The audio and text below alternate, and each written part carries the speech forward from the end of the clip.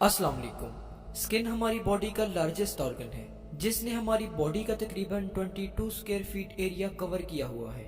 Skin का सबसे important function protection है। स्किन के नीचे जितने भी स्ट्रक्चर्स प्रेजेंट होते हैं ये उन्हें इंजरी और जर्म्स के अटैक से बचाती है। अगर हम स्किन के स्ट्रक्चर की बात करें तो मेनली स्किन दो लेयर से मिलकर बनी होती है जो कि डर्मिस और एपिडर्मिस लेयर है। एपिडर्मिस स्किन की सबसे आउटर लेयर है। इस लेयर की थिकनेस बॉडी के डिफरेंट पार्ट्स में वेरी करती रहती है।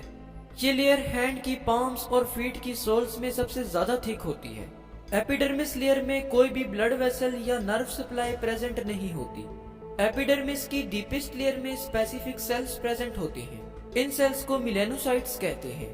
मिलेनोसाइट्स एक डार्क पिगमेंट प्रोड्यूस करते हैं जिसे मिलेनिन कहते हैं। हमारी स्किन का कलर मिलेनिन की सिक्रीशन पर डिपेंड करता है। वो लोग जिनमें मिलेनिन ज्यादा अमाउंट में प्रोड्यूस होता है उनका स्किन कलर डार्कर होता है। ऐसे लोग जिनमें मिलेनिन की सिक्रीशन कम होती है उनका स्किन कलर लाइट होता है।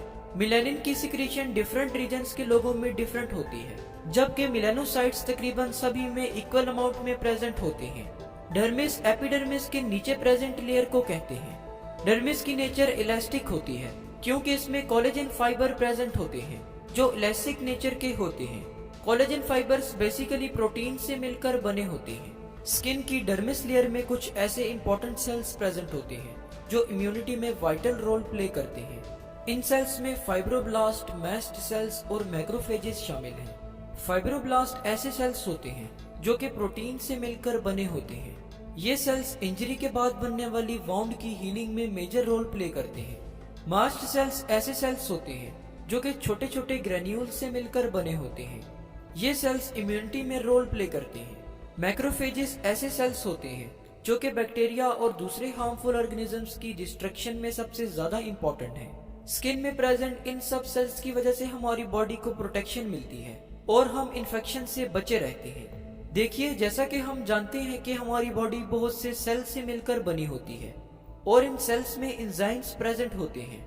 एंजाइम्स के बगैर हमारी बॉडी में होने वाले मेटाबॉलिक रिएक्शंस इम्पॉसिबल होते हैं।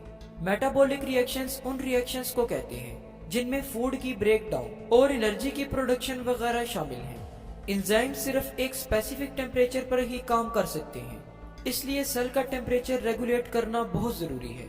स्किन हमारी बॉडी का टेम्परेचर रेगुलेट करवाती है और टेम्परेचर रेगुलेशन के लिए स्किन बॉडी में स्वेटिंग और शिवरिंग जैसे प्रोसेसेस को एक्टिव करवाती है।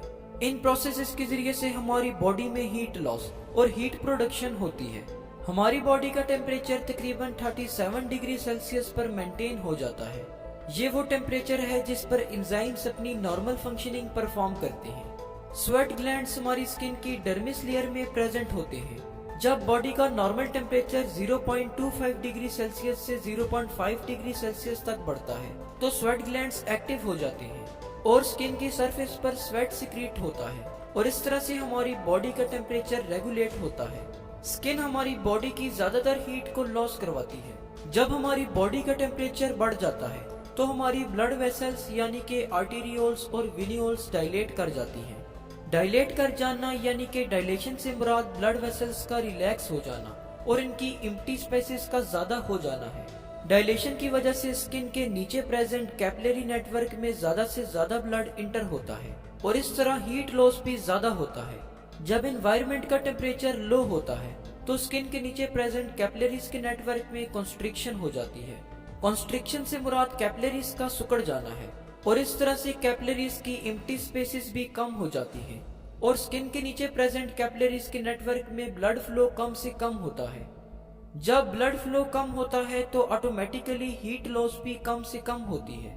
बेसिकली ब्लड के थ्रू ही हमारी बॉडी से हीट लॉस हो रही होती है और इस तरह स्किन हमारी बॉडी के टेम्परेचर को रेगुलेट कर देती है। डर्मिस में ब्लड वेसल्स भी प्रेजेंट होती हैं जो कि हमारी एपिडर्मिस और स्किन में प्रेजेंट ग्लैंड्स को ऑक्सीजनेटेड ब्लड सप्लाई करती हैं। इसके अलावा इन ग्लैंड्स और एपिडर्मिस से हार्मफुल सब्सटेंसेस को ड्रेन आउट भी करवाती हैं। डर्मिस में सेंसरी रिसेप्टर्स भी प्रेजेंट होते हैं जो कि टच, टेम्परेचर, प्रेशर और पेन के लिए स्पेसिफिक होते हैं। इन रिसेप्टर्स की वजह से ही हम पेन, टच और प्रेशर को फील कर पाते हैं। डर्मिस लेयर में हेयर्स भी प्रेजेंट होते हैं जो कि प्रोटेक्शन में रोल प्ले करते हैं। डर्मिस लेयर में सिबेशियस ग्लैंड्स भी प्रेजेंट होते हैं सीबेशियस ग्लैंड सीबम प्रोड्यूस करती हैं, जो कि एक ऑयली सब्सटेंस है। सीबम बैक्टीरिया और फंजाई वगैरह को किल करवाता है। स्किन के वेरियस फंक्शंस की स्टडी करने के बाद ये बात तो क्लियर होती है कि स्किन हमारी बॉडी का मोस्ट इम्पोर्टेंट ऑर्गन है, इसलिए नॉर्मल हेल्थ को मेंटेन करने के लिए स्किन की केयर करना बहुत जरूरी है। मुझे उम्मीद है कि इस वीडियो से आपको कुछ ना कुछ जरूर नया जानने को मिला।